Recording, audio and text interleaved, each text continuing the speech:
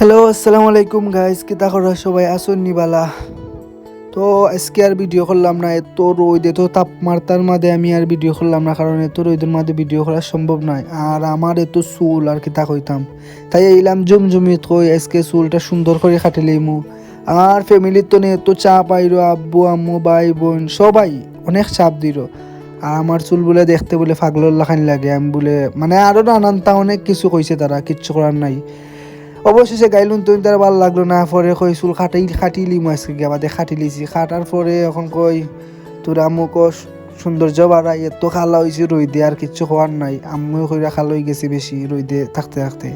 আর আমি ভিডিও করলাম, ভিডিও করা তেমনি খালা হইমু অবশ্যই স্বাভাবিক। তারপর আমার ফাইনাল লুক আমার কাছে ভালো লাগছে। এখন জানি না কার কাছে কিরা লাগে, কিবা কেউ দেখলা না।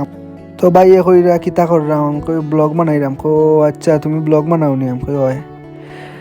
যাই হোক, ভিডিওটা এখন শেষ। যদি ভিডিওটা ভালো লাগে লাইক কমেন্ট শেয়ার এবং কি ফলো দিয়ে পাশে থাকবেন। আর নেক্সট ভিডিওতে আবার দেখা হবে। সবাই সুস্থ থাকবেন, ভালো থাকবেন। আল্লাহ হাফেজ।